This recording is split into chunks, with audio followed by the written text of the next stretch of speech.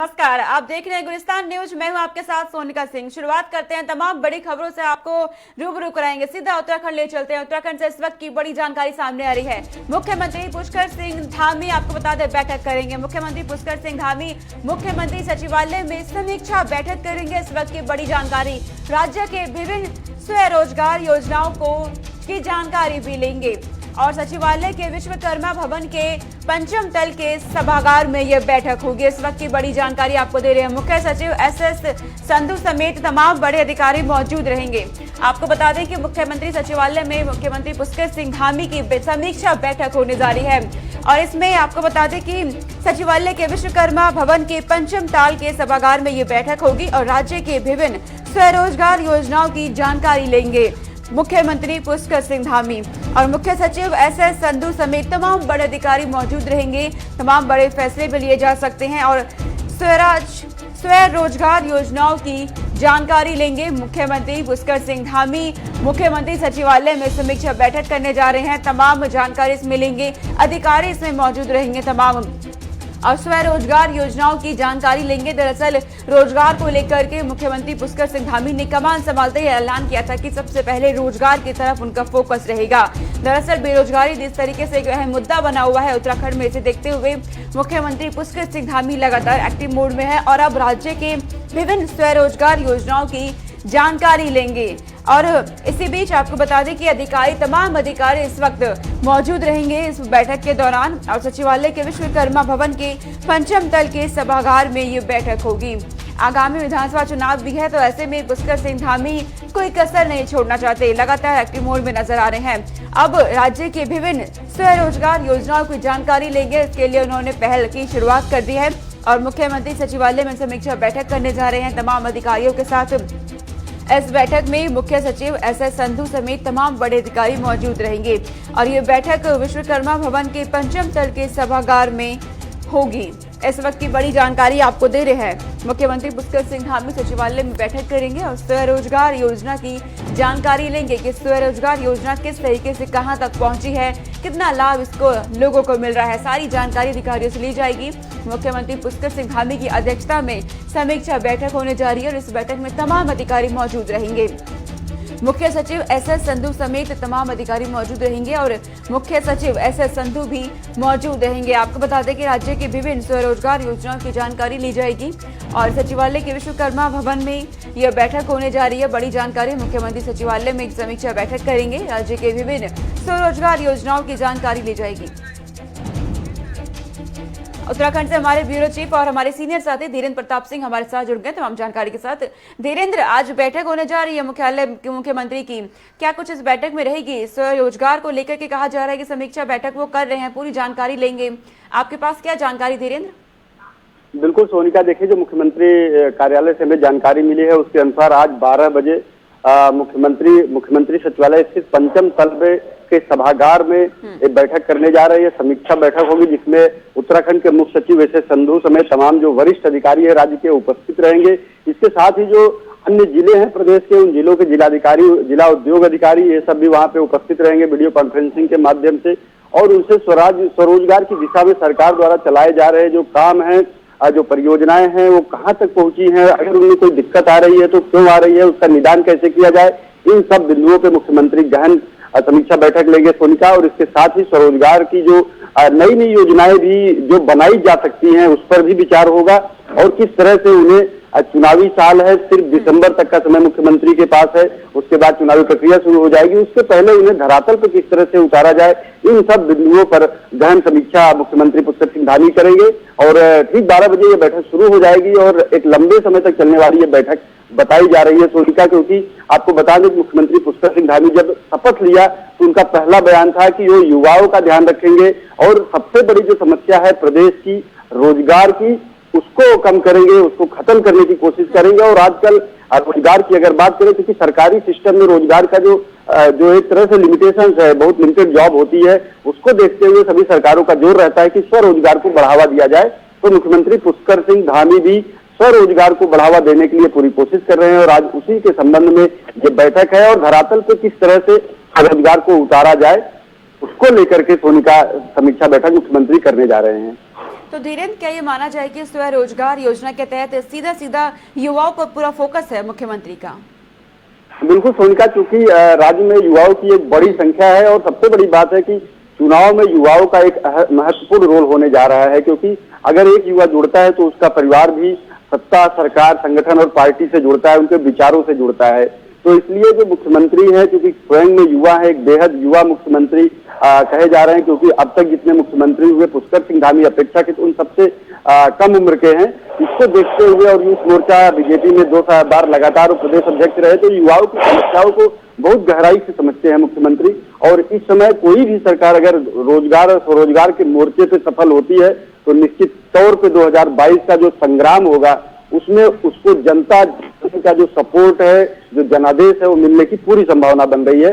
तो इसको देखते हुए मुख्यमंत्री लगातार रोजगार और स्वरोजगार पे और खासकर युवाओं को केंद्र में रख करके योजनाओं का निर्माण कर रहे हैं, उनको धरातल पे उतारने की पूरी कोशिश कर रहे हैं।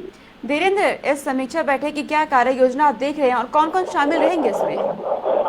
मैंने आपको पहले ही बताया कि इसमें जो उत्तराखंड के मुख्य सचिव हैं सुखबीर सिंह संधू और उनके साथ तमाम विभागों के सचिव और अपर सचिव और प्रमुख सचिव स्तर के जो अधिकारी हैं वो रहेंगे। इसके साथ ही जो जिले हैं, जिलों के जिलाधिकारी और जिला उद्योग अधिकारी भी उसमें शामिल रहेंगे। इसके साथ ही मुख्यमंत्री की जो टीम है जो इसकी मॉनिटरिंग कर रही है, जो इसकी इम्प्लीमेंटेशन के लिए काम कर रही है, वो भी उस सभागार में उपस्थित होगी और तमाम बिंदुओं पे गहराई से चिंतन और मंथन होगा।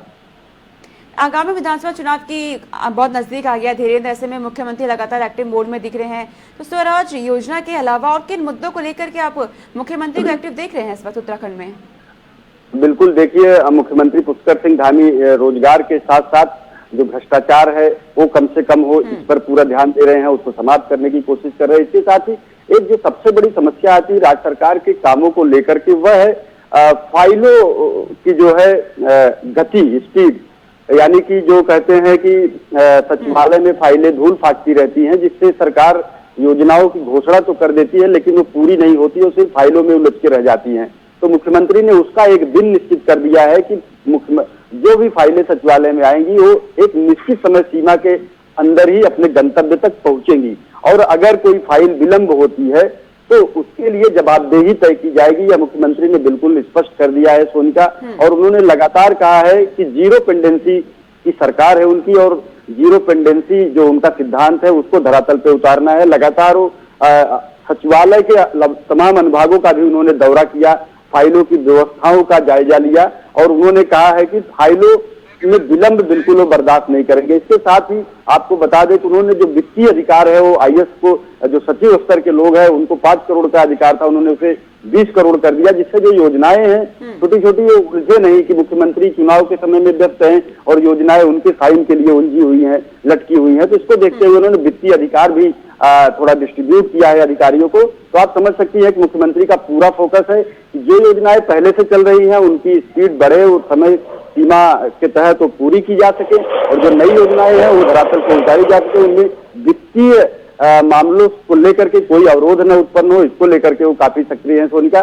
तो निश्चित रूप से दिसंबर तक सरकार के पास काफी उसकी झोली में सफलताएं होंगी। ठीक है धीरेन्द्र, तमाम जानकारी आपने दी कि मुख्यमंत्री स्वरोजगार योजना को लेकर किस तरीके से एक्टिव मोड में नजर आ रहे हैं, खासकर युवाओं पर पूरा उनका फोकस है। बहुत शुक्रिया तमाम जानकारी हम तक पहुंचाने के लिए। आगे रुक करते हैं, उत्तराखंड में कोरोना काल में स्कूल खोलने के फैसले को चुनौती दी गई है। दरअसल कोरोना काल में स्कूल खोले गए जिसके बाद उसे चुनौती दी गई।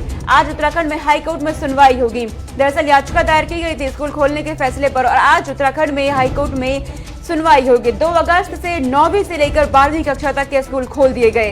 इस मामले में सोमवार को भी सुनवाई हुई थी और आज फिर से एक बार सुनवाई होनी है। दरअसल आपको बता दें कि कोरोना काल में स्कूल खोले गए और इस पर याचिकाकर्ता द्वारा याचिका दायर की गई थी। हाईकोर्ट में चुनौती दी गई थी स्कूल खोलने के फैसले को और इस मामले में सोमवार को भी सुनवाई हुई थी और आज एक बार फिर से सुनवाई होने जा रही है।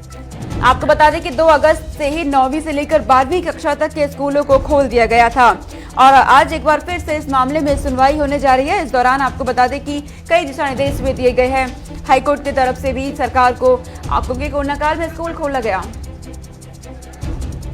हमारे संवाददाता विशाखा चौधरी हमारे साथ जुड़ गए हैं तमाम जानकारी के साथ। विशाखा, स्कूल खोलने के फैसले को हाईकोर्ट में चुनौती दी गई थी, सोमवार को भी इसमें सुनवाई हुई थी, तो क्या कुछ सोमवार की सुनवाई में सामने निकल के आया था? जी बिल्कुल सोनिका, फिलहाल जिस तरीके से राज्य में स्कूल खोले गए हैं। जिस तरीके से कॉलेज अभी भी बंद है, लेकिन स्कूल जो है वो चालित किए जा रहे हैं। हालांकि जो कोविड प्रिकॉशंस है उनका ध्यान रखा जा रहा है। तमाम जो रिपोर्ट है वो ऐसे स्कूलों से आ रही है कि इन सभी स्कूलों से जो कोविड प्रोटोकॉल बिहेवियर है वो फॉलो किया जा रहा है। लेकिन उसके बावजूद जिस तरीके से फिलहाल अभिभावक जो है वो कहीं ना कहीं बच्चों को स्कूल भेजने में कतरा रहे हैं, जिसको लेकर हाईकोर्ट पे याचिका भी दायर की गई है। उस पर सुनवाई हुई है और आज भी उस पर फैसला आना है। अब देखने वाली बात यह है कि किस तरीके से हाईकोर्ट सरकार के इस फैसले को लेता है और जो जनहित में याचिका दायर की गई है उस पर क्या फैसला अभी हाईकोर्ट करती है। लेकिन फिलहाल जिस तरीके से जो स्कूल खोले गए हैं उसमें कक्षाएं जो चालू की जा रही है वो जाहिर तौर पर वहां पर कोरोना नियमों का पालन कराया जा रहा है। लेकिन उसके बावजूद भी जो लोग हैं उनमें कहीं ना कहीं यह डर है, यह संशय बना हुआ है कि जो बच्चे हैं वो स्कूल जा रहे हैं तो कहीं ना कहीं तीसरी लहर की जो आशंकाएं हैं, इतनी गैदरिंग जब होगी स्कूल में तो कहीं ना कहीं थर्ड वेव का जो खतरा है वो ज्यादा पनप जी। विशाखा, जिस तरीके से 9वीं से लेकर 12वीं तक के स्कूल खोले गए तो सरकार की तरफ से क्या प्लानिंग आपने देखी, तैयारी? देखिए बिल्कुल सोनिका, फिलहाल जब सरकार ने यह आदेश जारी किया कि आगामी जो अगस्त है उससे स्कूल खोले जाएंगे, लेकिन उससे पहले की जो गाइडलाइंस है या ऐसे की जो SOP वगैरह है उसमें ऐसा कहीं देखने को नहीं मिला कि सरकार स्कूल खोलने पर विचार विमर्श कर रही है। हालांकि सरकार ने कहा कि सारे स्कूलों का जो स्टाफ है वो वैक्सीनेट होना चाहिए और जितने कर्मचारी हैं, चाहे वो टीचर्स हैं या अन्य जो स्टाफ कर्मचारी है, उनका वैक्सीनेशन जरूरी है। जबकि कई स्कूलों से यह रिपोर्ट सामने आई है कि उन स्कूल्स के द्वारा ऐसे कई टीचर्स हैं, ऐसे बहुत सारे स्टाफ है जिनका वैक्सीनेशन नहीं हुआ है। हालांकि उनसे रिपोर्ट मंगाकर कहा गया है कि ऐसे स्कूल, ऐसे अध्यापक अपनी जो नाम है वो भेजिए और जाहिर तौर पर उनका वैक्सीनेशन पहले किया जाएगा, क्योंकि वो स्कूल में बच्चों के साथ रह रहे हैं। और स्कूल में जिस तरीके से सरकार ने अभी खोलने के आदेश दिए हैं तो कहीं ना कहीं स्कूल के लिए और जो तमाम जो स्टाफ है स्कूल का वो वैक्सीनेट होना चाहिए। तो ये तैयारियों की जो कमी है कहीं ना कहीं धरातल पर उतरकर यह कमी देखने को मिलती है कि अभी स्कूल के सभी अध्यापकों का, सभी स्टाफ का पूरी तरीके से वैक्सीनेशन नहीं हो पाया है। इसके बावजूद वो बच्चों के साथ जिस तरीके से उठेंगे, बैठेंगे और पढ़ाएंगे तो कहीं ना कहीं बच्चों में संक्रमण का जो खतरा है वो ज्यादा बढ़ सकता है। जी विशाखा, कोरोना काल में स्कूल खोलने के फैसले पर अगर बात करें अभिभावकों की या विद्यार्थियों की तरफ से, क्या रिएक्शन देखे गए? जी बिल्कुल सोनिका, जो कई बच्चे हैं 9वीं से जो 12वीं तक के बच्चे हैं, खासकर जो 12वीं के जो बच्चे हैं उनमें खासा इस बात से जो है वो सरकार के प्रति खुशी देखने को मिली, क्योंकि जिस तरीके से बोर्ड को लेकर पिछले 1-1.5 साल से लगातार जो बोर्ड के बच्चे हैं 10वीं 12वीं करियर का एक अहम क्लास मानी जाती है और इन बच्चों को ऐसे में घर पर पढ़ाई करनी पड़ती है। ऐसे कई बच्चे जो ट्यूशन अफोर्ड नहीं कर पाते हैं, ऐसे बच्चों का कहना है कि सरकार का ये अच्छा कदम है। लेकिन जो छोटे बच्चे हैं, 9th के बच्चे हैं या फिर 11th के बच्चे हैं, उनका कहना है कि फिलहाल सरकार को ऑनलाइन शिक्षा को ही जो है प्रायोरिटी पर रखना चाहिए, या फिर अगर प्रायोरिटी नहीं रखती है तो पूरी तरीके से सरकार को जो फैसिलिटीज है, जो कोरोना बिहेवियर तमाम जानकारी आपने दी कि उत्तराखंड में कोरोना काल में स्कूल खोलेगा, किस तरीके से इस फैसले को चुनौती भी दी गई है। आज उत्तराखंड में एक बार फिर से सुनवाई होनी है, क्या कुछ रहेगा देखने वाली बात होगी। फिलहाल विशाखा का बहुत शुक्रिया तमाम जानकारी तक पहुंचाने के लिए। आगे रुक करते हैं, उत्तराखंड की बात कर रहे हैं तो कोरोना की बात करते हैं। कोरोना के मामले उत्तराखंड में लगातार कम होने लगे हैं। उत्तराखंड में कोरोना के केस एक बार फिर से कम हो रहे हैं। 24 घंटे में 37 नए संक्रमित मिले हैं। 24 घंटे के आंकड़े आपको बता रहे हैं, सिर्फ 37 नए मरीज मिले हैं। चमोली में 2 महीने का बच्चा और एक मां संक्रमित हुई है और इसी के साथ रुद्रप्रयाग और टिहरी में एक भी संक्रमित मरीज सामने नहीं आया। इस वक्त की बड़ी जानकारी आपको दे रहे हैं। उत्तराखंड में कोरोना के मामले लगातार कम होते नजर आ रहे हैं। 24 घंटे के अंदर सिर्फ 37 नए मरीज मिले हैं और एक भी मरीज की मौत नहीं हुई है। इस वक्त की बड़ी जानकारी आपको दे रहे हैं। और जबकि मरीजों के ठीक होने की संख्या की बात करें तो 42 मरीज ऐसे हैं जो ठीक होकर घर वापस लौट गए हैं और इस वक्त 576 सक्रिय मामलों की संख्या उत्तराखंड में है। लगातार कम होने लगे हैं केस। उत्तराखंड की बात कर रहे हैं। चमोली में 2 महीने का बच्चा हालांकि संक्रमित पाया गया है और मां भी संक्रमित पाई गई है। और वहीं रुद्रप्रयाग और टिहरी की बात करते हैं तो एक भी संक्रमित मरीज सामने नहीं आया है। उत्तराखंड के कई जिले ऐसे हैं जहां पर मरीज मिल रहे हैं, लेकिन कई जिले ऐसे हैं जो कोरोना मुक्त भी हो गए हैं। एक भी केस सामने नहीं आ रहे हैं। इस वक्त की बड़ी जानकारी आपको दे रहे हैं कोरोना से जुड़ी हुई। हालांकि प्रशासन भी लगातार तमाम व्यवस्थाएं कर रहा है। स्वास्थ्य विभाग की टीम लगातार एक्टिव मोड में नजर आ रही है, क्योंकि लगातार प्रशासन की तरफ से निर्देश दिए जा रहे हैं स्वास्थ्य विभाग को भी कि अलर्ट मोड पर रहे, क्योंकि तीसरी लहर की भी आशंका है। तो ऐसे में उत्तराखंड में कोई लापरवाही सरकार नहीं चाहती। वैक्सीनेशन की बात करते हैं तो वैक्सीनेशन के अभियान को भी उत्तराखंड में तेज कर दिया गया है। क्योंकि सरकार का लक्ष्य है कि दिसंबर के अंत तक 100% लोगों को पूरा वैक्सीनेट कर दिया जाए। हमारे संवाददाता संचित शर्मा हमारे साथ जुड़ गए तमाम जानकारी के साथ। संचित, कोरोना की बात कर रहे हैं, उत्तराखंड में मामले लगातार कम होने लगे हैं, जमीनी स्तर पर क्या हालात अब आप देख रहे हैं?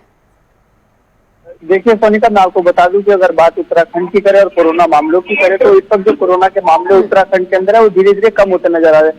बात बीते 24 घंटे की करें तो बीते 24 घंटे में 33 नए मामले उत्तराखंड के अंदर कोरोना का है, जिसमें बात चमोली की करें तो चमोली में 2 महीने का बच्चा और उसकी मां संक्रमित मिले हैं, जिसको लेकर के जैसे तीसरा लहर आने की बात बताई जाती है विशेषज्ञों द्वारा, उसमें जो पहला ये जो बच्चा संक्रमित मिला है तो इससे कहीं ना कहीं छोटा सा अनुमान लगाया जा सकता है कि जो कोविड की तीसरी लहर आएगी वो कहीं ना कहीं बच्चों को प्रभावित करेगी। और जिसके लिए सरकार की अगर तैयारियों की बात करें तो सरकार ने जो तैयारियां हैं वो कर दी है, नीकू और पीकू वार्ड बना दिए गए हैं।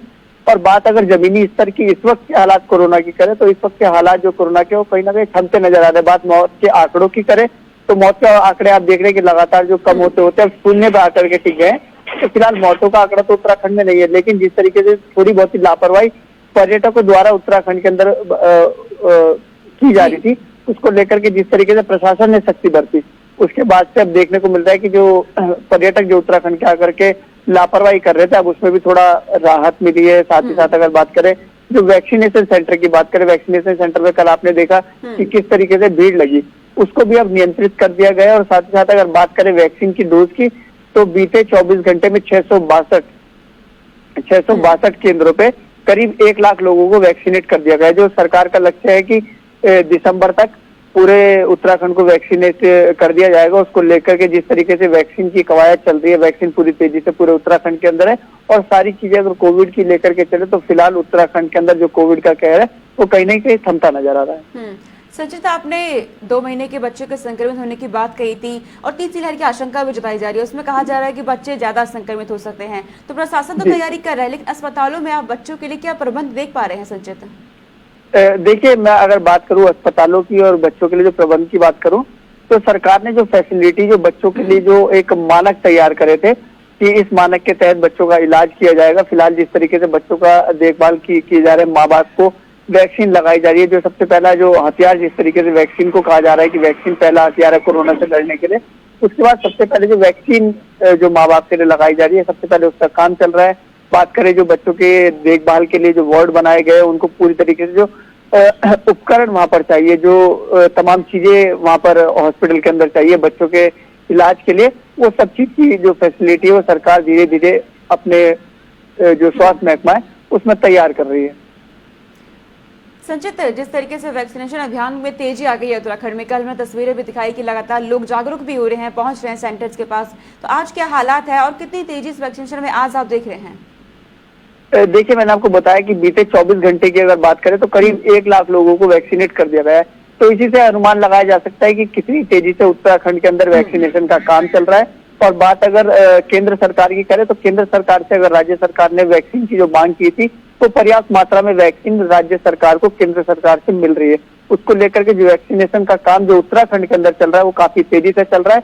और बात करें जो हल्की तकनीकी समस्याओं की अगर मैं बात करूं तो तकनीकी समस्या कहीं ना कहीं उत्तराखंड में नजर आ रही थी, जिसको लेकर के अभी उस पर काम चल रहा है। कोविन पोर्टल में कुछ दिक्कतें जो तकनीकी समस्या है वो उत्तराखंड के अंदर थी, उसको लेकर के IT टीम काम कर रही है। और जो एक भ्रम लोगों के अंदर हो गया था कि विदाउट रजिस्ट्रेशन लोगों को वैक्सीन लगेगी, उसमें भी सरकार ने जो लोगों को अलर्ट किया, जागरूक किया, उसके बाद से अब लोगों को पता चल गया कि विदाउट। ठीक है संचित, तमाम जानकारी आपने दी कि किस तरीके से कोरोना काल में उत्तराखंड में केस भी सामान्य हो रहे हैं और लोग भी जागरूक नजर आ रहे हैं। बहुत शुक्रिया तमाम जानकारी हम तक पहुंचाने के लिए। आगे रुक करते हैं, उत्तराखंड में मौसम का मिजाज लगातार बदल रहा है। उत्तराखंड में 2 दिन भारी बारिश की चेतावनी जारी की गई है। इस वक्त की बड़ी जानकारी, मौसम का अपडेट आपको दे रहे हैं सीधे उत्तराखंड से। मौसम विभाग ने येलो अलर्ट जारी किया है उत्तराखंड के लिए। इस वक्त की बड़ी जानकारी, उत्तराखंड में रुक रुक कर बारिश हो रही है। लगातार मौसम का मिजाज उत्तराखंड में बदलता जा रहा है। मौसम ने सुबह से ही करवट बदलनी शुरू कर दी है। उत्तराखंड की जानकारी आपको दे रहे हैं, सुबह से ही मौसम बदलने की शुरुआत हो गई है उत्तराखंड में। और 2 दिन भारी बारिश की चेतावनी भी मौसम विभाग की तरफ से जारी की गई है। और साथ के साथ ही मौसम विभाग ने येलो अलर्ट भी जारी किया है उत्तराखंड के लिए। आपको बता दें कि इस वक्त उत्तराखंड में रुक रुक कर भारी बारिश भी हो रही है और सुबह से ही मौसम ने करवट ले ली है। उत्तराखंड के अंदर मिजाज पल पल बदल रहा है उत्तराखंड के मौसम का। मौसम विभाग भी लगातार चेतावनी जारी कर रहा है कि सतर्क रहे, सावधान रहे, क्योंकि आने वाले दिनों में भारी बारिश उत्तराखंड में हो सकती है। और 2 दिन के लिए चेतावनी भी जारी की गई है कि अगले 2 दिन भारी बारिश उत्तराखंड में देखने को मिलेगी। उत्तराखंड वासियों को इस वक्त अभी और राहत मिलती नजर नहीं आ रही है। अगर बात करते हैं उत्तराखंड वासियों को, तो इस वक्त जीवन अस्त व्यस्त लोगों का हो गया है, क्योंकि लगातार उत्तराखंड में बीते कई दिनों से बारिश का दौर चल रहा है। ऐसे में लोगों को बेहद परेशानियों का सामना भी करना पड़ रहा है। लगातार प्रशासन भी अलर्ट मोड पर है। प्रशासन भी तमाम व्यवस्थाएं अपनी तरफ से कर रहा है। उत्तराखंड से मौसम का अपडेट आपको दे रहे हैं। अगले 2 दिन भारी बारिश उत्तराखंड में होने वाली है। मौसम विभाग ने येलो अलर्ट जारी किया है। हमारे संवाददाता धनराज गर्ग हमारे साथ जुड़ गए हैं तमाम जानकारी के साथ। धनराज, मौसम का मिजाज उत्तराखंड में एक बार फिर से बदल गया है। इस वक्त कैसा मौसम है, बताइएगा। तो जिस तरीके से मौसम का मिजाज एक बार फिर उत्तराखंड में बदला हुआ नजर आ रहा है कि जिस तरीके से आज सुबह से ही बारिश रुक रुक कर उत्तराखंड में हो रही है। सभी इलाकों में बारिश रुक रुक कर हो रही है। पहाड़ी क्षेत्रों की बात करें तो पहाड़ी क्षेत्रों में भी भारी बारिश देखने को मिल रही है। वहीं मौसम विभाग ने भी अलर्ट जारी किया है कि अगले 2 दिन तक कहीं ना कहीं जो भारी बारिश है वो देखने को मिल सकती है, क्योंकि जिस तरीके से देखा गया कि अभी हाल में हमने देखा कि कुछ दिन पहले भी बारिश का मौसम जो था लगातार बारिश से रुक रुक कर हो रही थी, और अब एक बार फिर कल जिस तरीके से धूप निकली और उसके बाद जिस तरीके से पहाड़ धंसने की बात सामने आई, कुछ तस्वीरें भी हमने आपको दिखाई थी कि कुछ जगह पर पहाड़ धरके, और लेकिन एक बार फिर मौसम का मिजाज बदला है कि जिस तरीके से अभी की बात करें तो अभी भी बादल छाए हुए हैं और तमाम जगहों पर रुक रुक कर बारिश हो रही है। सोनिका, धनराज, लगातार बारिश हो रही है, तो कैसे आप लोगों के जीवन में इस वक्त चुनौतियां देख रहे हैं उत्तराखंड में? जी सोनिका, बिल्कुल जिस तरीके से बारिश लगातार हो रही है तो कहीं ना कहीं लोगों के सामने जरूर चुनौतियां हैं, क्योंकि जिस तरीके से लोगों का जीवन अस्त व्यस्त हुआ है। पहाड़ी क्षेत्रों की बात करें तो पहाड़ी क्षेत्रों में ज्यादा दिक्कतें जरूर लोगों को सामने आ रही हैं, क्योंकि जिस तरीके से पहाड़ दरक जाते हैं और काफी रोड भी जाम हो जाते हैं कहीं, तो उससे कहीं ना कहीं लोगों को परेशानी का सामना उठाना पड़ता है। तो वहीं मौसम विभाग ने भी साफ तौर पर जो 2 दिन का अलर्ट जारी किया और साफ तौर पर एक चेतावनी जारी की है। साफ तौर पर यात्रियों को कहा है कि अभी पहाड़ों का रुख न करें, क्योंकि जिस तरीके से पहाड़ों की बात करें तो पहाड़ों में जब बारिश होती है तो कहीं ना कहीं भूस्खलन की जो खबरें होती हैं वो सामने आती हैं, और जिससे कहीं ना कहीं एक नुकसान और जनहानि होने की संभावना रहती है। तो उसको लेकर शासन प्रशासन को भी अलर्ट मोड पर रहने को कहा गया है, और साफ तौर पर देखा भी जा रहा है कि शासन प्रशासन भी लगातार अलर्ट मोड पर है। एनडीआरएफ की टीम की बात करें या एसडीआरएफ की बात करें, लगातार आपदा प्रबंधन की टीम भी लगातार अलर्ट मोड पर है। और जो नदी के आसपास के किनारे हैं, मैदानी क्षेत्रों की बात करें तो जो नदी के आसपास के लोग हैं उनको हटाने की बात भी लगातार की जा रही है। लेकिन कल हमने आपको दिखाया, कुछ वीडियो हमने आपको दिखाई थी कि जिस तरीके से नदी के किनारे लोग बचे हैं और उनके बच्चे जो है नदियों के बीच में खेल रहे हैं, तो कहना कहीं एक चूक जरूर प्रशासन की कही जा सकती है। ठीक है धनराज, मौसम लगातार बदल रहा है उत्तराखंड का। तमाम जानकारी आपने दी कि मौसम किस तरह बदल रहा है, बहुत शुक्रिया। तो तमाम उत्तराखंड की बड़ी खबरों से आपको रूबरू कराया। खबरों का सिलसिला लगातार जारी है। देखते रहिए गुलिस्तान न्यूज। नमस्कार।